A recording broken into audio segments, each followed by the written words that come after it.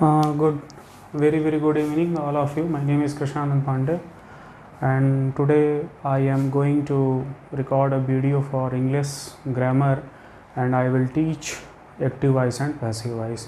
So अभी तक आपने जितने भी सेंटेंस पढ़े होंगे वो सारे एक्टिव वॉइस में होंगे. What ever you have studied till now, all their sentences belongs to the active voice.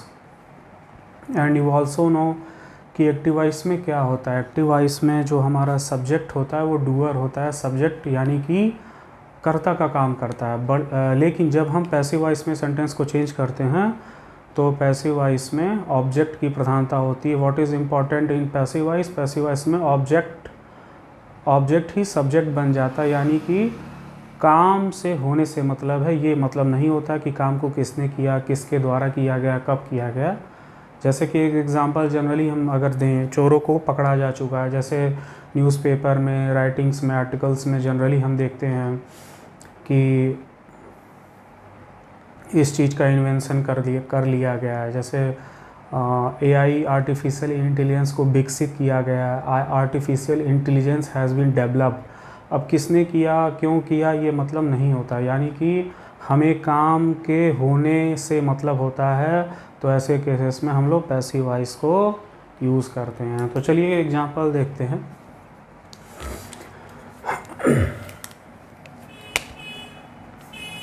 Suppose here I am writing the present indefinite tense. Here Ram writes a letter.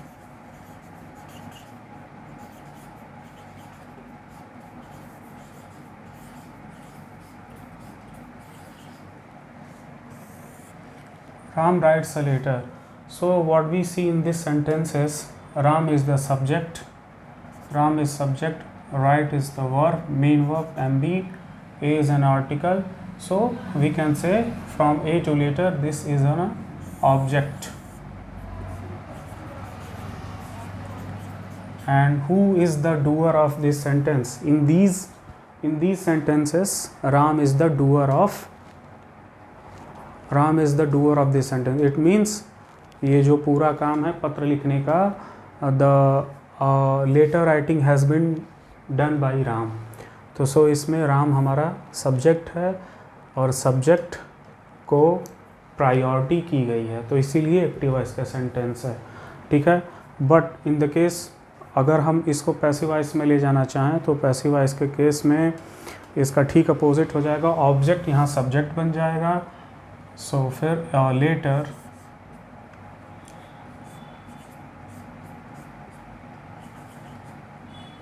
a letter is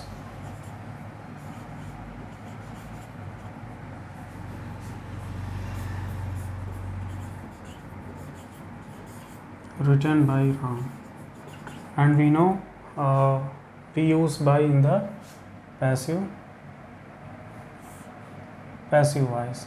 सो आगे हम सारे rule regulations आपको बताएंगे. This is only I am going to give an example and clarify you how to what is the actual use of active voice and passive voice.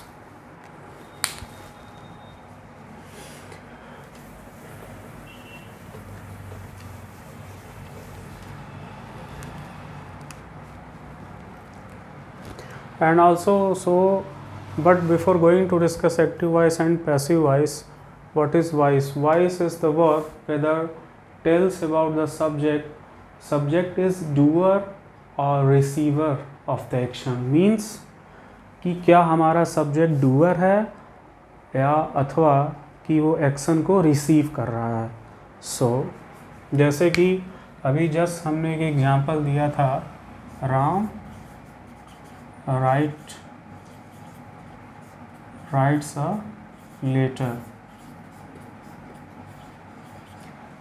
In this case, Ram is not receiver.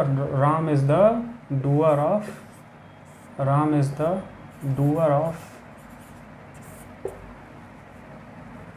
verb. Not receiving action has been done on the Ram. So it has to be clear. Ram is the doer, not receiver. But in the passive voice, a letter is written by Ram, इसमें राम क्या है, action को receive कर रहा है, ठीक है।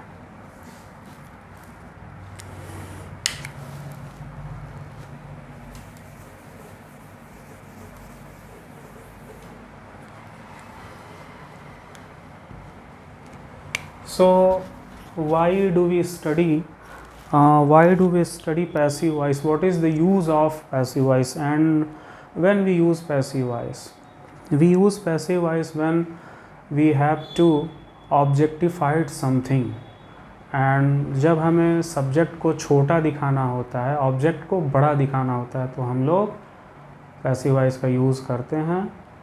इस केस में यानी कि जैसे कि ताजमहल बनाया जा चुका था, सड़कें बनाई गई हैं, चोरों को पकड़ लिया गया है। ये यहाँ ये इम्पोर्टेंट नहीं है कि किसने पकड़ा, क्यों पकड़ा, और हम कभी ऐसा जानने की कोशिश भी नहीं करते हैं कि रोड को बनाया गया तो रोड को किसने बनाया, किस लेबर ने बनाया, किस इंजीनियर के सस्पेक्शन में बनाया गया, किस इंजीनियर के इंस्पेक्शन में बनाया गया, ठीक है। तो ये कोई इम्पोर्टेंट नहीं होता। इम्पोर्टेंट क्या होता है कि बस रोड बनाई जा चुकी है, तो इसका पैसिव वॉइस होगा the road has been constructed, Taj Mahal was built. तो हम यहाँ थर्ड फॉर्म जनरली यूज़ करते हैं।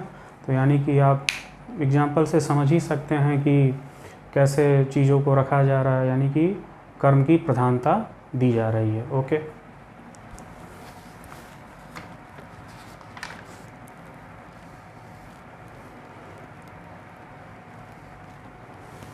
और एक केस ये भी होता है कि जब सब्जेक्ट का पता ना हो, जैसे कि द रूम हैज़ बीन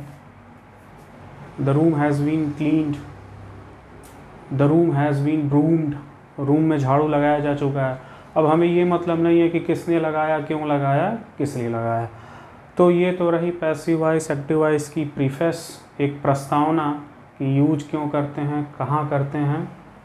और आइए चलते हैं अब पैसिव वॉइस के प्रेजेंट इंडेफिनिट सेगमेंट पे। तो हम पढ़ेंगे आज present tense, how to change present tense into passive voice.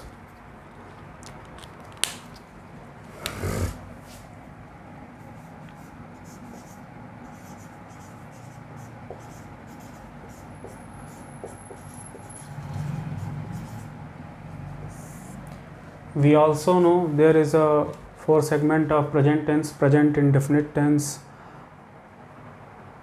present continuous tense, and present perfect tense, and present perfect continuous tense.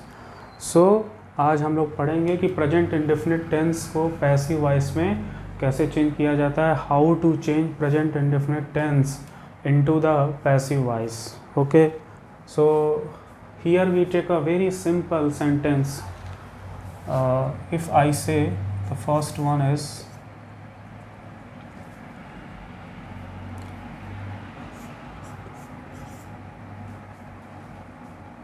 he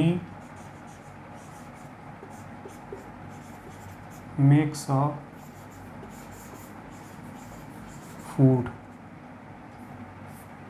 Okay, he makes a food.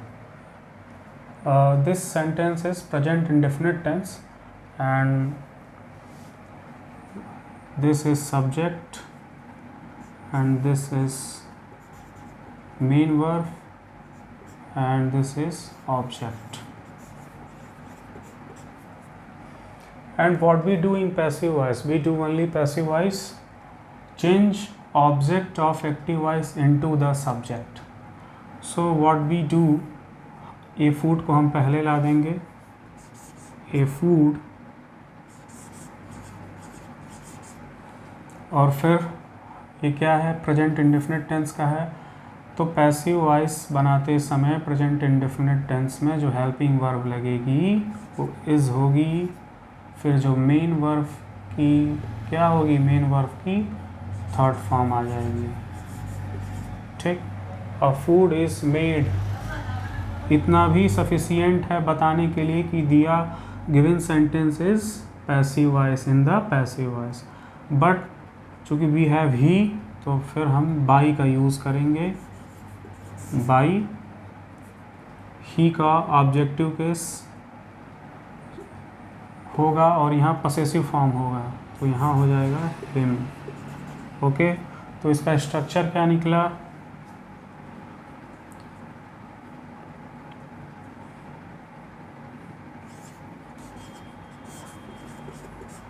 Object, और ये किसका object? Active voice का। Active voice object plus is verb की third form and plus by plus subject. But ये subject है किसका? ये subject active voice का सब्जेक्ट होगा।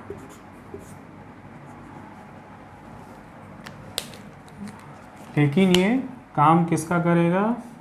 काम ये ऑब्जेक्ट का करेगा।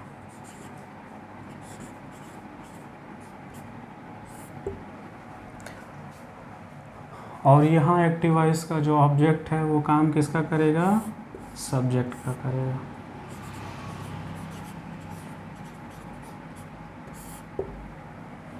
So let's take another example.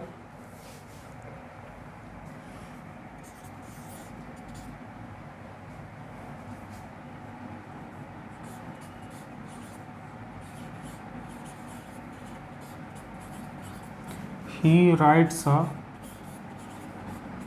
letter. So only what we do, a letter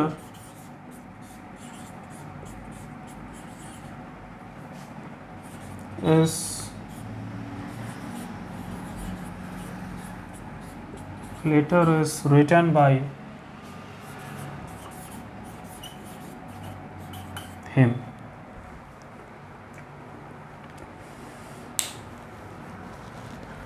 And let's take a third example.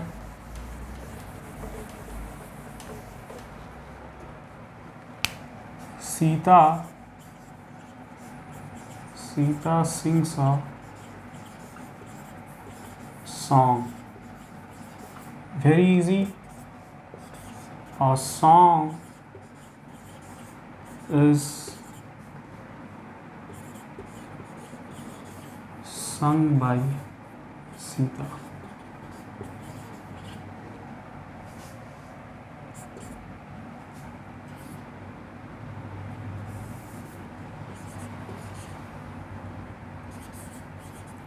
Shyam plays cricket.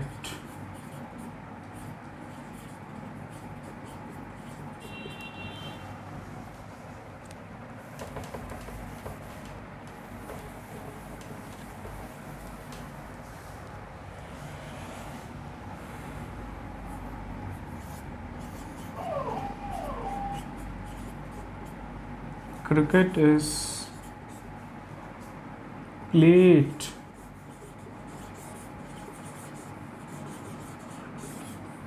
by Shyam.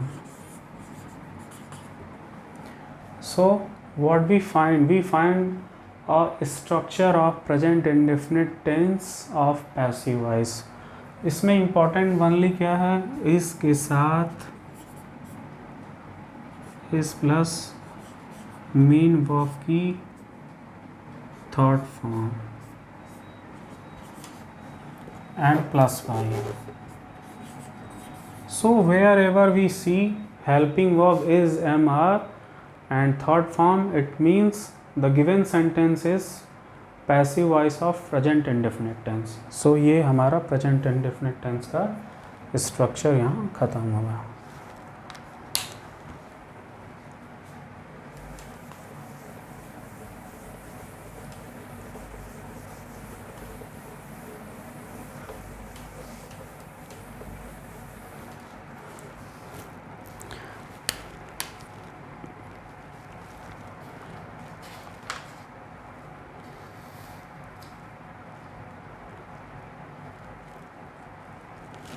अब चलते हैं प्रेजेंट कंटिन्यूअस.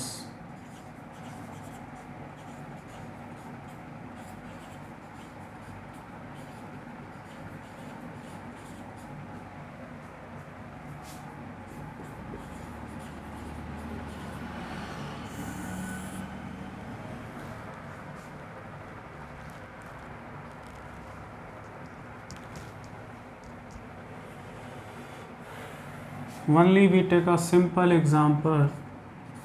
Ram is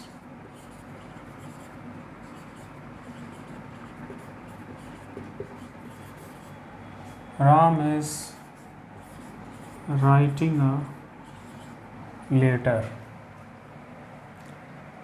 ऐसे sentences को जब हम passive voice बनाते हैं, if we have to change the present continuous tense into passive voice, here is a certain rule. But before going to discuss a rule, I would like to show the how to change or how to convert it into passive voice. What we take? We take object and change into subject. Later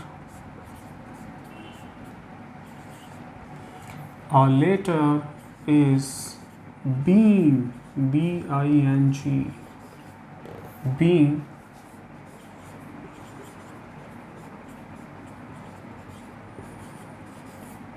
written by Ram. And so sorry for my writing on the whiteboard, because my writing is not as good as I wrote on the blackboard with chalk.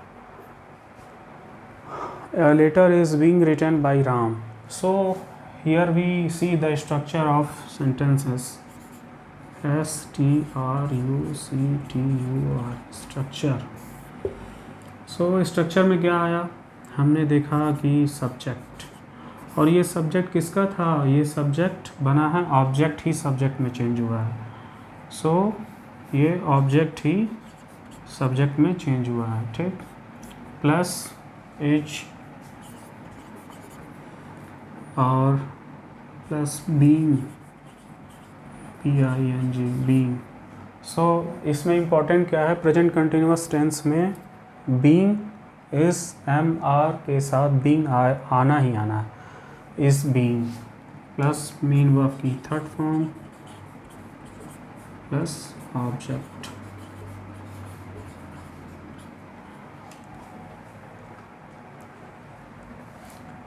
और आप सभी जानते ही हैं कि इस जो है हमारा किसके किसके साथ जाता है? ही, सी, इट. MI के साथ, आर दे के साथ, they are, you are. Okay, simple. The second one example is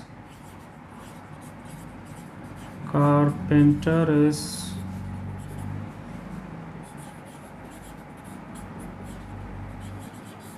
making a table.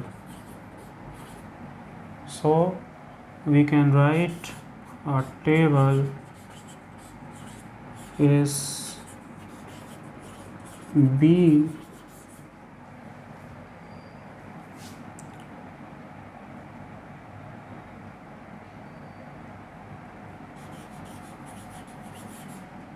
made by carpenter.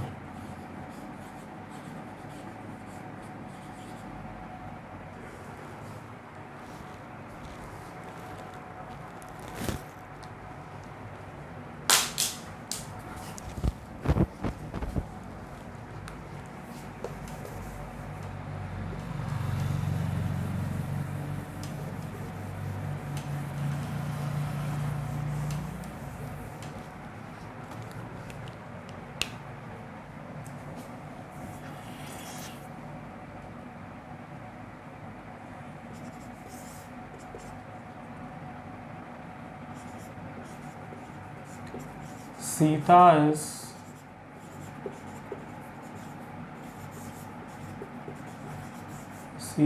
singing a song.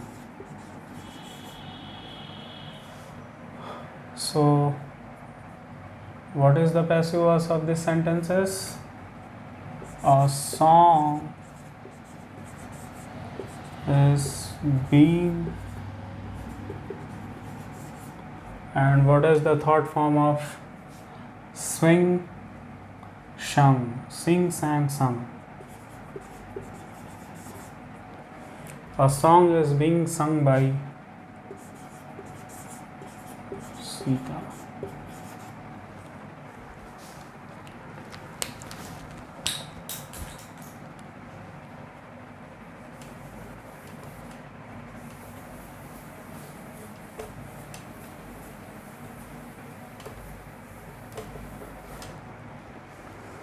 So what is important? Important is only if you want to tackle the present continuous tense of sentence passive voice, you only have to see each के बाद being आ रहा है कि नहीं, बस. अगर is, am, are, was, were, अगर past continuous tense है तो was, were के साथ being होगा.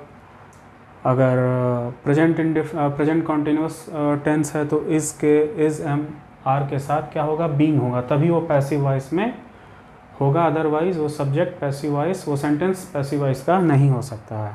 सो पहचान क्या है हम देखेंगे. इज, एम, आर के बाद बीइंग, BEING, क्योंकि ये रूल है. जब कभी when ever you have to change present continuous tense to passive voice, you have to use being, because this is the rule to change the passive voice of present continuous tense. Okay, so इस तरह ये भी मेरा एक topic ख़त्म हुआ.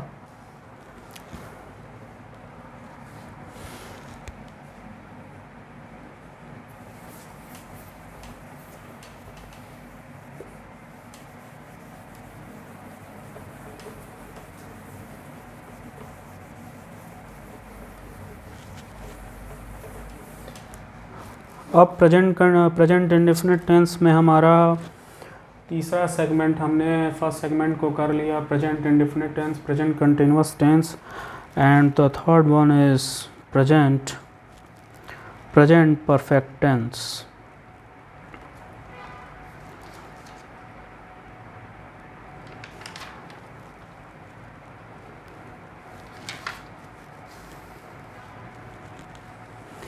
And present perfect continuous tense का passive voice नहीं बनता है क्योंकि वो ऑलरेडी उसमें हैज़ बीन, हैव बीन लगा होता है. तो तीसरा सेगमेंट हम कंप्लीट करेंगे प्रेजेंट परफेक्ट टेंस का.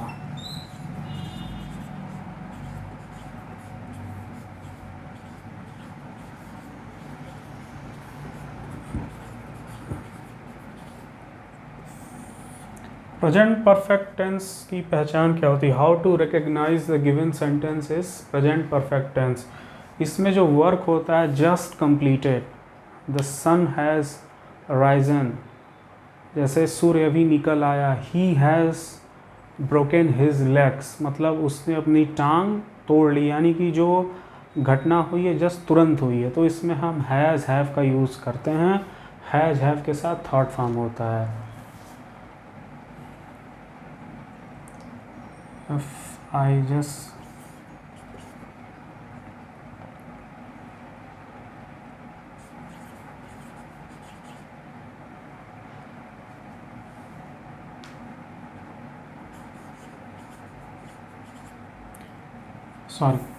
राम हैज़, और यहाँ फर्स्ट पर्सन के साथ ही, सी, इट, फर्स्ट पर्सन के साथ क्या होगा, यहाँ हैज़ का यूज कहाँ होगा? ये जो हमारा हैज़ है ये जाता है ही, सी, इट और कोई भी नाम third person, and any third person. Have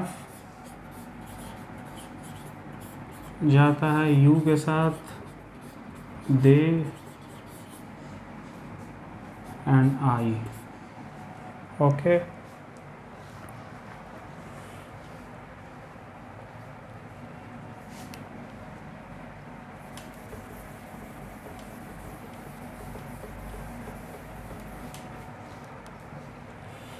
Ram has eaten a food. So इसका क्या होगा passive voice? A food has been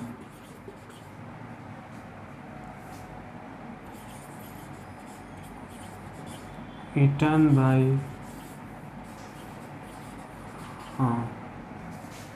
So what is the structure of this sentence?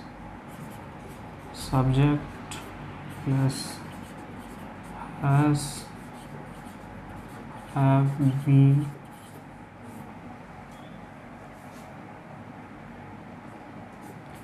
plus third form plus by and plus object.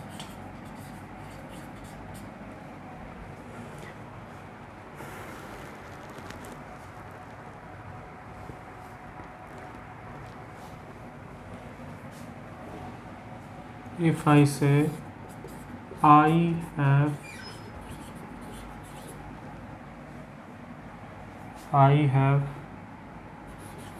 BOUGST, I have bought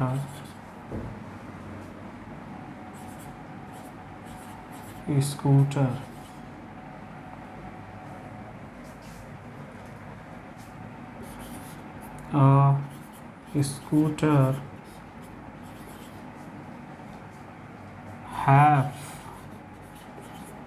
A scooter have been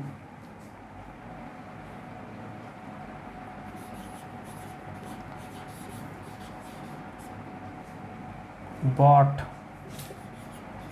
by me.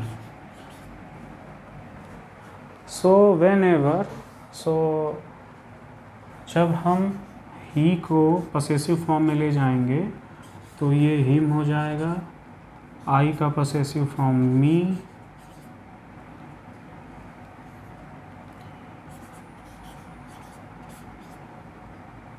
और इसको possessive form ना करके अगर हम objective form कहेंगे तो ज़्यादा वो सही होगा, क्योंकि ही आई यहाँ सब्जेक्ट के फॉर्म में था तो आई था, इसी आई को जब हम ऑब्जेक्ट के फॉर्म में लेके जाएंगे तो ये मी हो जाएगा, तो ये हो जाएगा सी का हार हो जाएगा। Okay,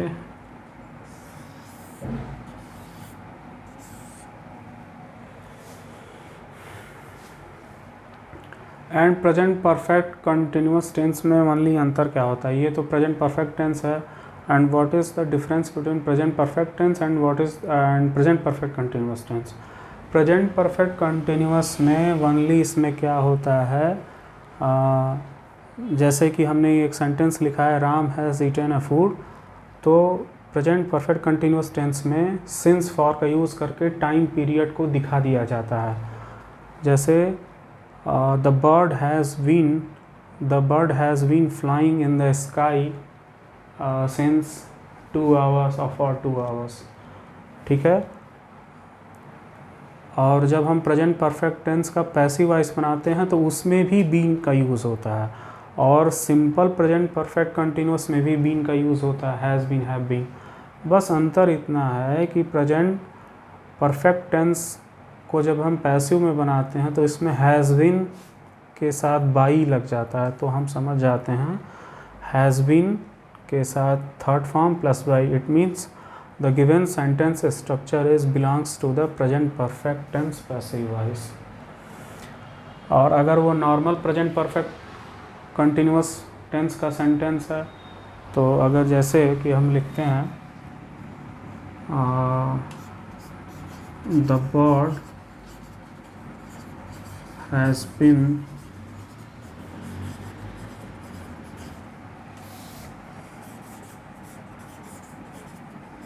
The bird has been flying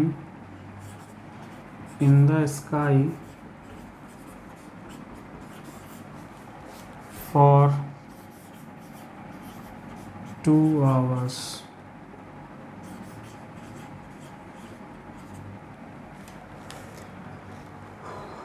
ये जो सेंटेंस है ये प्रेजेंट परफेक्ट कंटिन्यूअस टेंस है, और ये नॉर्मल, ये कोई पैसिव वॉइस का सेंटेंस नहीं है, जैसे इसका हिंदी होगा चिड़िया 2 घंटे से आकाश में उड़ रही है।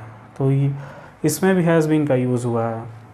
आप देख सकते हैं कि यहाँ भी हमने हैज़ बीन का यूज़ किया, लेकिन ये हैज़ बीन सिंपल फॉर्म में यूज़ किया गया है, प्रेजेंट परफेक्ट कंटिन्यूअस टेंस का है, क्योंकि यहाँ वर्ब के साथ आईएनजी, मेन वर्ब आईएनजी आई, हैज़ बीन के साथ यहाँ वर्ब में आईएनजी यूज़ हुआ है। बट प्रेजेंट परफेक्ट टेंस के पैसिव वॉइस में हैज़ बीन के साथ हम क्या देख रहे हैं, थर्ड फॉर्म देख रहे हैं, वर्ब की थर्ड फॉर्म और प्लस बाई। तो ये आप डिस्टिंक्ट कर सकते हैं कि डिफरेंस, कि आप कंफ्यूज ना हो कि दिया हुआ सेंटेंस प्रेजेंट परफेक्ट कंटिन्यूअस का है कि प्रेजेंट परफेक्ट टेंस का passive voice. So okay, I hope you understand, you like my video. Okay, so thanks for watching.